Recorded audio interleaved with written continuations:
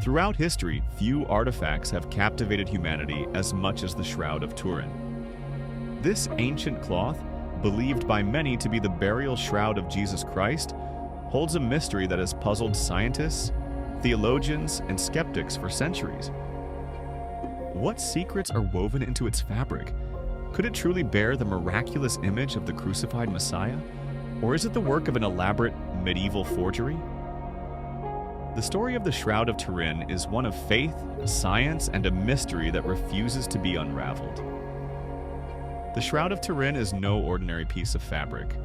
Measuring approximately 14 feet long and 3.5 feet wide, it bears the faint yet unmistakable image of a man. This man appears to have suffered brutal scourging, crucifixion, and even a piercing wound in his side, consistent with the biblical account of Jesus' death. But here's where the story takes an even more enigmatic turn. The image is not painted, dyed, or drawn. It seems to be imprinted into the very fibers of the cloth in a way that defies explanation. How was this image formed? And why does it continue to resist all attempts at replication?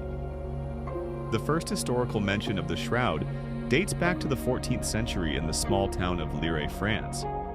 It was displayed by a knight named Geoffrey de Charny, sparking immediate fascination and controversy.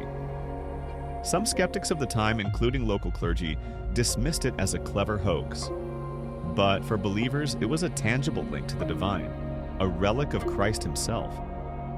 From Lire, the shroud's journey took it to various locations, ultimately ending in Turin, Italy, where it has been carefully preserved for centuries. Yet the history of the shroud may stretch even further back than the Middle Ages. Some believe the shroud was secretly preserved by early Christians after Jesus' crucifixion, hidden to protect it from destruction during times of persecution. Others trace its mysterious origins to the Byzantine Empire, where legends speak of a miraculous image of Christ known as the Mandylion. Could this be the same sacred cloth, hidden and rediscovered over the centuries? Adding to the enigma is the shroud's ability to survive disasters. In 1532, it endured a devastating fire in Chambéry, France. Though it suffered burns and water damage, the image itself remained intact, as if shielded by an invisible force. This resilience only deepened the belief that the shroud was no ordinary relic but something imbued with divine power. Perhaps the most tantalizing aspect of the shroud is the man it depicts. The figure's wounds align with the biblical narrative in uncanny detail. There are bloodstains on the head, consistent with a crown of thorns, lash marks across the back, and nail wounds in the wrists and feet. Even the angle of the blood flow from the side wound matches the positioning of a crucified body. How could an artist in the Middle Ages, lacking modern knowledge of anatomy and crucifixion methods, create such an accurate image? And then there's the mystery of the image itself. In 1978, a team of scientists conducted an exhaustive study of the shroud under the Shroud of Turin research project, STURP. Their findings were astonishing. The image is not made of pigment, dye, or any material applied to the surface. Instead, it appears to be the result of a mysterious discoloration of the outermost fibers of the linen. Even more baffling, the image contains three-dimensional information, a feature only discovered with modern imaging technology. To this day, no one knows how the image was created or how it could have been made in the Middle Ages. The shroud also bears traces of pollen, further complicating its story. Analysis has revealed pollen from plants native to the Middle East, including regions around Jerusalem. Could this be evidence that the shroud originated in the Holy Land? And if so, does it strengthen the claim that this is indeed the burial cloth of Christ? One of the most controversial moments in the shroud's history came in 1988, when radiocarbon dating tests were conducted on a small sample of the fabric. The results seemed to date the shroud to between 1260 and 1390, suggesting it was a medieval creation. For many, this appeared to be the final nail in the coffin of the shroud's authenticity. But even this finding is shrouded in mystery. Critics of the test argue that the sample may have been taken from a repaired section of the shroud, contaminated by centuries of handling and exposure to fire. In 2019, new research suggested that the carbon dating results might have been skewed, reigniting debates over the shroud's true age. For believers, the shroud is not just an artifact, it is a testament of faith.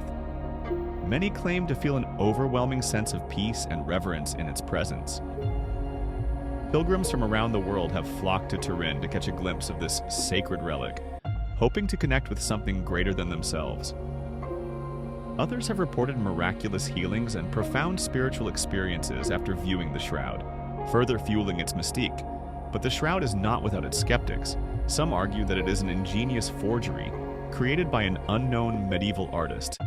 They point to the anatomic inaccuracies in the image, or suggest it may have been created using a photographic technique centuries before the invention of photography.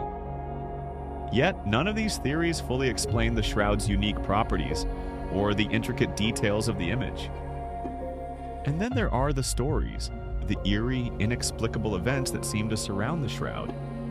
Some say that those who doubted its authenticity met with misfortune, as if cursed by their skepticism. Others tell of scientists who became devout believers after studying the shroud, unable to reconcile their findings with natural explanations. These tales only add to the shroud's aura of mystery. One of the most compelling aspects of the shroud's story is its ability to bridge the gap between faith and science. It challenges us to confront the unknown, to question what we believe is possible. Is it a miraculous relic of Christ's resurrection, an elaborate forgery, or something else entirely? Something we have yet to understand. The Shroud of Turin remains one of the greatest mysteries of all time. It is an artifact that defies categorization, a relic that speaks to both the spiritual and the scientific. Its enigmatic image continues to inspire awe and wonder, reminding us of the enduring power of mystery. So, what do you believe? Is the Shroud of Turin a sacred relic, an ancient mystery waiting to be unraveled, or the greatest hoax in history? The answers may never be fully known, but one thing is certain. The Shroud story is far from over. It continues to captivate the hearts and minds of all who encounter it, challenging us to see the extraordinary in the seemingly ordinary, and to question the very fabric of history itself. Be sure to like and subscribe for more mysterious religious stories.